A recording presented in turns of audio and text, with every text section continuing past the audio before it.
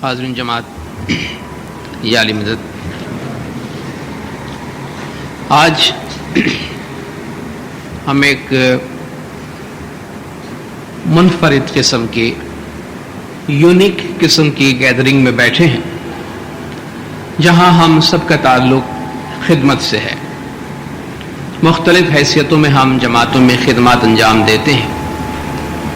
مولانا حاضر امام صلوات اللہ علیہ کا جو فرمان ابھی آپ نے سنا، اس کا ترجمہ اور اس کی کچھ تشریح جہاں ضروری ہو کرنے سے پہلے میں تمہید کے طور پہ 3-4 باتیں عرض کرنا چاہتا ہوں، چونکہ یہ ایک ایسا موقع ہے جہاں ہم ان ڈیپتھ بہت ہی گہرائی کے ساتھ جس قسم کی ہم خدمت انجام دیتے ہیں اس پہ کچھ باتیں کر سکتے ہیں، اور یہ باتیں نارملی ہم جماعتوں میں نہیں کر سکتے، چونکہ یہ ہم ایک فیملی کے طور پہ یہاں بیٹھے ہیں۔ ہم اپنی خوبیوں کو بھی آج اجاگر کر سکتے ہیں، خدا نخواستہ ہماری جو خامیاں ہیں، جس طرح فیملی ممبرز گھر میں بیٹھ کر اپنی خوبیوں اور خامیوں کا جائزہ لیتے ہیں، اس طرح آج ہم اپنی فیملی میں بیٹھ کر اپنے آپس سے کچھ باتیں کریں اور دیکھیں کہ ہم کیا کر رہے ہیں، کیوں ایسا کر رہے ہیں اور ہمیں کیا کرنا چاہیے۔ تو 4 نکات پہ میں آپ کے سامنے بات کرنا چاہتا ہوں۔ پہلی بات تو یہ کہ خدمت کیا ہے اور ہم کیوں اس کو انجام دیتے ہیں۔ دوسری بات کہ جو خدمتگار ہیں اپنی اپنی حیثیتوں میں ان کی کیا ذمہ داریاں ہیں مولانا حاضر امام کی ہدایت کے مطابق۔ تیسری بات، خدمات کس طرح انجام دینی چاہیے اور خدمت انجام دینے کے دوران کون کون سی ایسی باتیں ہیں جن کا ہمیں خیال رکھنا چاہیے۔ اور چوتھی بات، خدمتگاروں پہ مولا کی کیا برکات ہیں اور کیا نوازشات ہیں۔ اور آخر میں مولانا حاضر امام کے فرمان کا ترجمہ آپ کے سامنے پیش کروں گا۔ زنداروں، ہم جو خدمات انجام دیتے ہیں وہ ہیومن ریلیشن، انسانی تعلقات کی بنیاد پر ہے، ہمارے آپس کی ریلیشن کی بنیاد پر ہے۔ ہماری جو تعلقات ہیں، جو ہمارا رشتہ ہے، وہ مختلف مراحل سے گزرا ہے۔ ہمارا پہلا جو آپس کا رشتہ ہے وہ انسانی رشتہ ہے، اللہ تبارک و تعالیٰ کا فرمان ہے، اور مولانا حاضر امام نے اپنے فرمان میں بھی کئی مقامات پر اس آیت کو کوٹ کیا ہے کہ خلقکم من نفس واحدۃ، خدا نے تم سب کو ایک ہی نفس سے پیدا کیا ہے، اور ایک ہی نفس سے پیدا کرنے کی وجہ سے تمام انسانیت کا، تمام انسانی برادری کا آپس میں ایک تعلق ہے۔ شیخ سعدی اس لیے کہتے ہیں کہ بنی آدم اعضائے یک دیگرن، کہ در آفرینش ز یک گوہرن، کہ بنی آدم کی اولاد جو ہے جسم کے ایک حصے کی طرح ہے، کیونکہ خدا نے شروعات میں انہیں ایک ہی نفس سے پیدا کیا ہے۔ چون عضوی بے درد آوراد روزگار، دیگر عضو ہارانہ مانت قرار۔ اگر جسم کے ایک حصے کو تکلیف ہوتی ہے تو دوسرا حصہ قرار سے چین سے نہیں بیٹھ سکتا۔ تو کز زحمت دیگران بیغمی، نہ شاید کے نامت نہند آدمی۔ اگر تو دوسروں کی تکلیف سے بیگانہ ہے، بے پرواہ ہے، تو پھر تجھے انسان کا نام، آدمی کا نام نہیں دینا چاہیے۔ یعنی یہ ہمارا ایک آپس کا رشتہ ہے، انسان کے آپس کے تعلقات ہے۔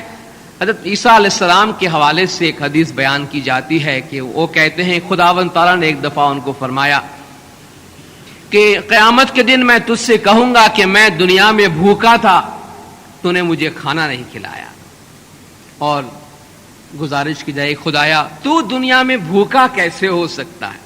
تو خدا فرمائے گا ایک میرا بندہ، ایک انسان دنیا میں بھوکا تھا، تو نے اس کو کھانا نہیں کھلایا، گویا تو نے مجھے نہیں کھلایا۔ اسی طرح لباس کے بارے میں، بیماری کے بارے میں کہ میں بیمار تھا تو نے میری عیادت نہیں کی، یعنی میرا کوئی بندہ، کوئی انسان دنیا میں بیمار، مریض، تکلیف میں تھا، تو نے اگر اس کو نہیں پوچھا، اس کا علاج نہیں کروایا یا اس کی عیادت نہیں کی، تو نے مجھے نہیں پوچھا۔ اس اعتبار سے ہم سب کا ایک انسانی حوالہ بنتا ہے، انسانی تعلقات پیدا ہوتا ہے، اور انسان کے کام آتا ہے۔ یہی عبادت، یہی دین و ایمان کے کام آئے دنیا میں انسان کو، انسان یہی عبادت، یہی دین ہے کہ ایک انسان دوسرے انسان کو کام آئے، کہ درد دل کے واسطے پیدا کیا انسان کو، اقبال کہتا ہے ورنہ طاعت کے لیے کچھ کم نہ تھی کرو بیاں، خدا کی عبادت کے لیے فرشتوں کی کمی نہیں تھی، لیکن درد دل کے واسطے انسان کو پیدا کیا گیا ہے، اور اس انسان کے ریلیشن سے پہلے مرحلے کے جو ہمارے تعلقات ہیں وہ پیدا ہوتے ہیں۔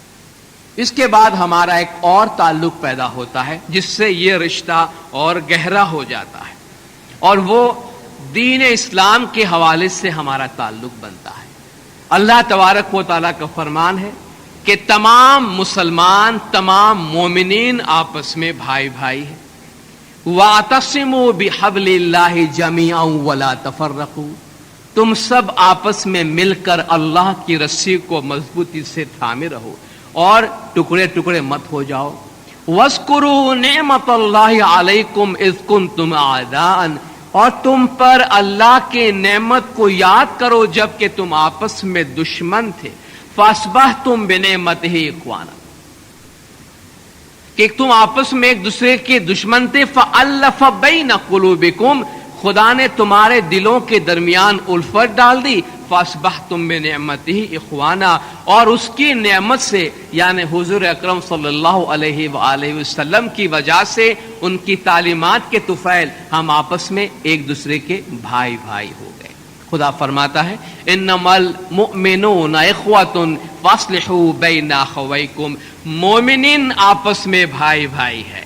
حضور نے اپنی ایک حدیث میں فرمایا مومنین کو تم آپس میں مہربانی کرنے میں، ایک دوسرے سے محبت کرنے میں اور ایک دوسرے کا خیال رکھنے میں ایسا دیکھو گے جیسا کہ ایک جسم ہے کہ اگر اس کے کسی ایک حصے میں تکلیف پیدا ہو جائے تو سارا جسم جو ہے وہ بخار میں مبتلا ہو جاتا ہے اور اس ایک عضو کے تکلیف میں اپنے آپ کو شامل کر لیتا ہے۔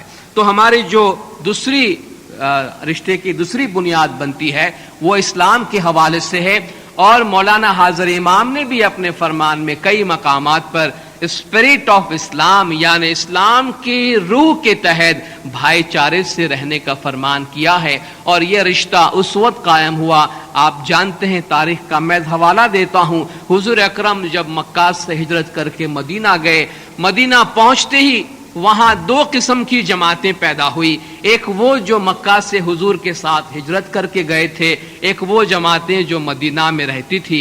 حضور نے ان دونوں گروہ کے درمیان جو اس وقت انصار اور مہاجرین کے نام سے جانے جاتے تھے، ان کے درمیان ایک محبت کا، بھائی چارے کا رشتہ قائم کیا جسے مواخات کہتے ہیں، یعنی مکہ سے آنے والا ایک شخص اور مدینہ میں رہنے والا ایک شخص، ہجرت کرنے والا اور اس کو خوش آمدید کہنے والا، دونوں ایک ایک کے درمیان حضور نے بھائی چارہ قائم کیا۔ اس کو قرآن حکیم میں سراہا گیا، اس کو حضور نے مواخات کا نام دیا، اور یہ بنیاد اتنی مضبوط ہوئی کہ قرآن حکیم کہتا ہے کہ جن لوگوں نے اپنے بھائیوں کو خوش آمدید کہا تھا انہوں نے اپنے بھائیوں کو اپنے آپ پہ ترجیح دی۔ بل یؤثرون علی انفسہم ولو کان بہم خصاصہ، اگر ان کو کسی بات کی ضرورت ہوتی خود، پھر بھی وہ اپنے بھائیوں کو اپنے آپ پہ ترجیح دیتے تھے۔ اسلام کا یہ رشتہ جو دین کی بنیاد پہ تھا، ایمان کی بنیاد پر تھا، اتنا مضبوط ہوا۔ تو یہ ہمارا دوسرا رشتہ ہے، یعنی ہمارا ٹو فولڈ ریلیشن ہے، ایک بحیثیت انسان ہمارا رشتہ، دوسرا بحیثیت مسلمان کے ہمارا رشتہ جو پہلے سے اور گہرا ہوتا ہے۔ پھر اس پہ ہمارا ایک تیسرا رشتہ بنتا ہے۔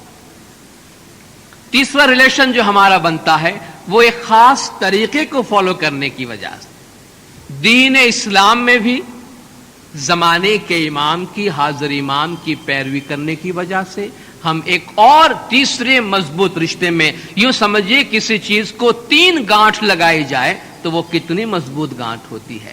امام زمان ہمارے روحانی ماں باپ ہیں، اور روحانی ماں باپ کی اولاد آپس میں بھائی بہنیں ہوتی ہے۔ مولا نے فرمایا آپ ہمارے روحانی اولاد ہیں اور آپ آپس میں سگے بھائیوں اور بہنوں کی طرح ہیں۔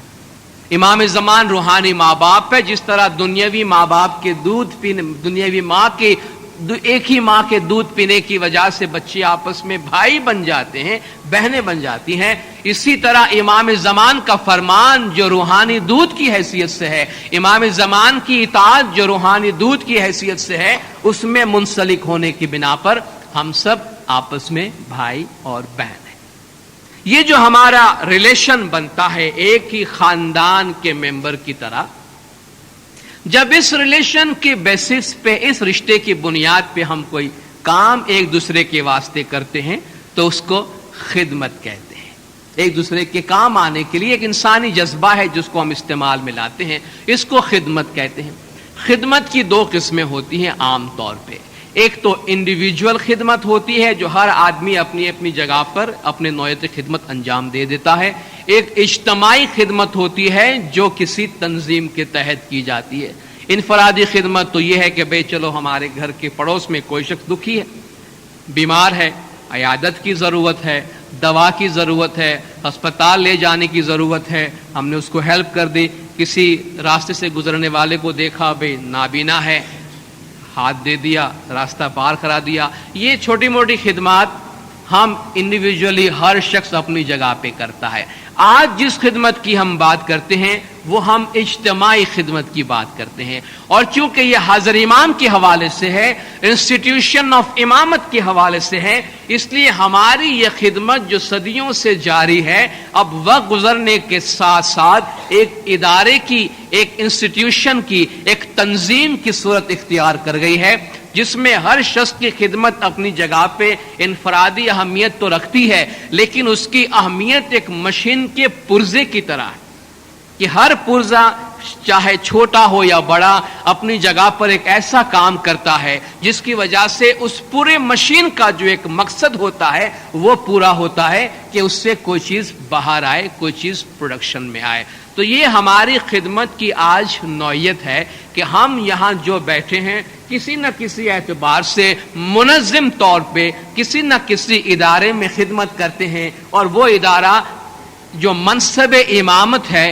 انسٹیٹیوشن آف امامت ہے، اس کے ساتھ منسلک ہے اور وہ کسی مقصد کے تحت کام کر رہا ہے۔ اب میں دوسرے نقطے کی طرف آتا ہوں کہ خدمتگاروں کی ذمہ داریاں کیا ہیں، کیونکہ اب ہم مقصد کی بات کرتے ہیں۔ ظاہر ہے ہم جب خدمت کے لیے آتے ہیں تو کسی مقصد کے بغیر نہیں آتے، کسی مقصد کے بغیر نہیں آتے، اور ہمارا مقصد کیا ہے؟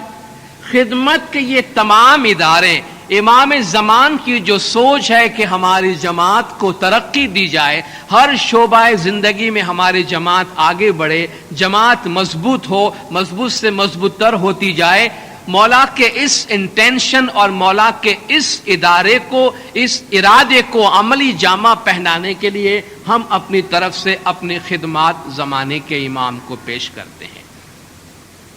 ہم میں سے ہر شخص مولا کی ہدایت کے مطابق، مولا کے فرمان کے مطابق ذمہ دار عہدوں پر فائز ہے۔ ہمیں اپنے آپ کو مولانا حاضر امام کے اس فرمان کی روشنی میں دیکھنا چاہیے جو میں آپ کے سامنے پڑھتا ہوں۔ اپنے آپ کے لیے بڑے سوالات اس میں موجود ہیں۔ None of you must forget that in your own areas you are in position of responsibilities. آپ میں سے کوئی یہ نہ بھولے کہ آپ میں سے ہر شخص اپنی اپنی جگہ پہ ذمہ دار عہدوں پر فائز ہیں۔ And those of you who have been given responsibility must fulfill this responsibility.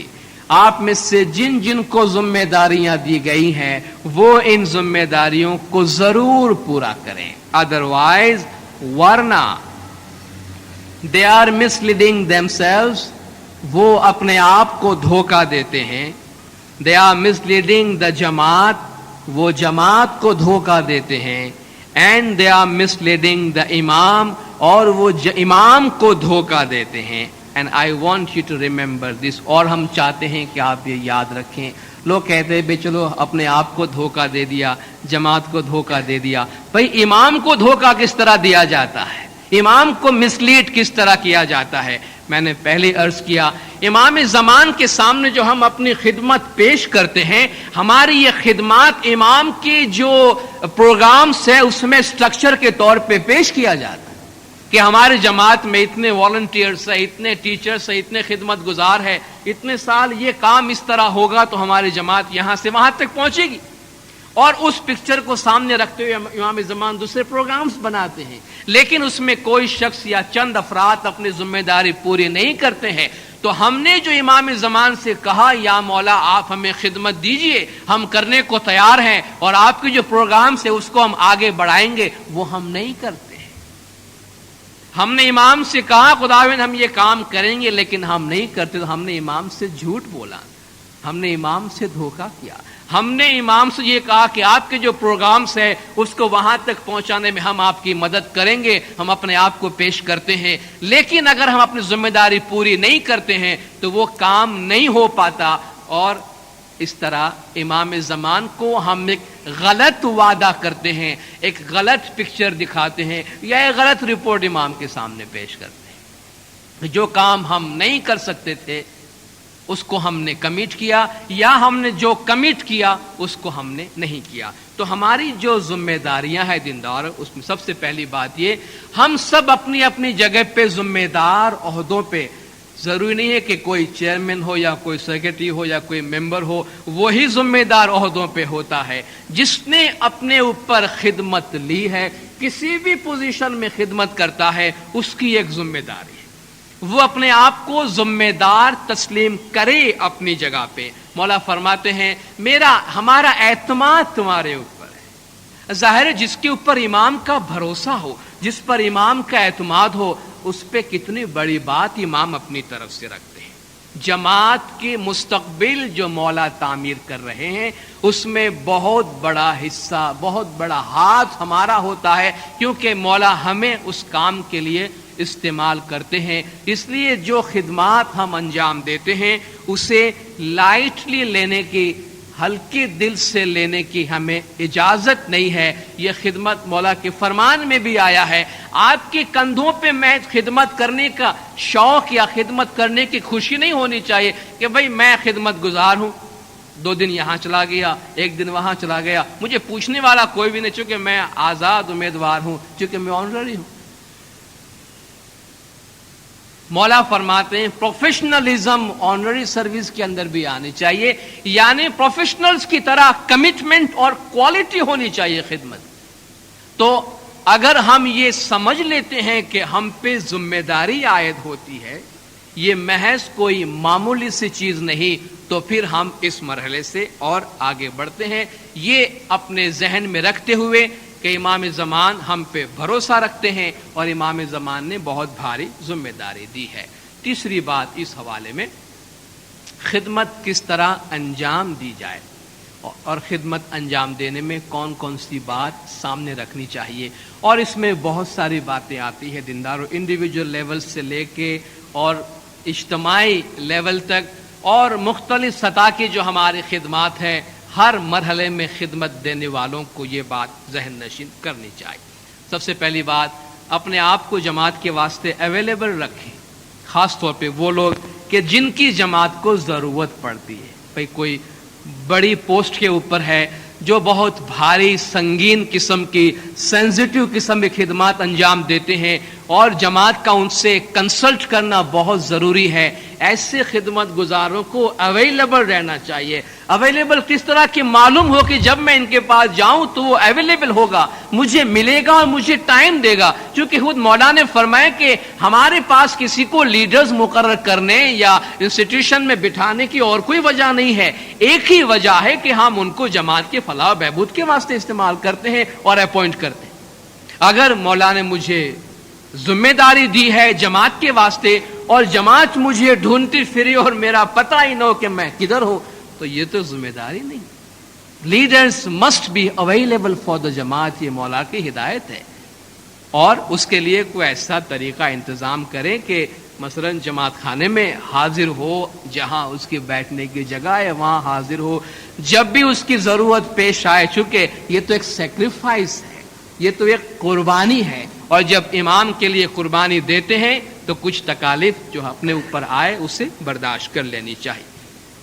خدمت کرتے ہوئے صرف اور صرف زمانے کے امام کو دیکھنا چاہیے، کسی اور کو نہیں۔ جب ہم زمانے کے امام کو دیکھتے ہیں اور خدمت کرتے ہیں تو ہمیں خوشی ہوتی ہے، اطمینان ملتا ہے، سیٹسفیکشن ملتا ہے۔